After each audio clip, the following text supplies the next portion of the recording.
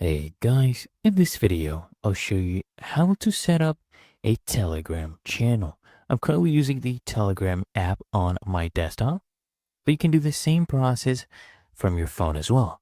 All you need to do is come here at the top left and click on these three horizontal lines.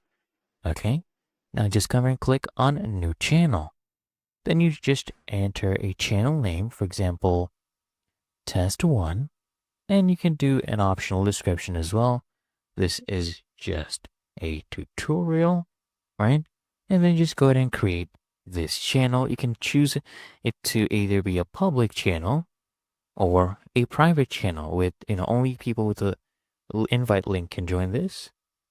Or you can do a public one where anyone can find the channel and to search and join. And then you just add like a link, tutorial 1, 3, any number, see if the link is available. If it is, you can go ahead and save that. And then if you have any members, you can go ahead and invite. You can do that. I'll just click on it, invite via link. I'll copy this link, close this for now, and then skip this step. And here we go, guys. We have our channel created.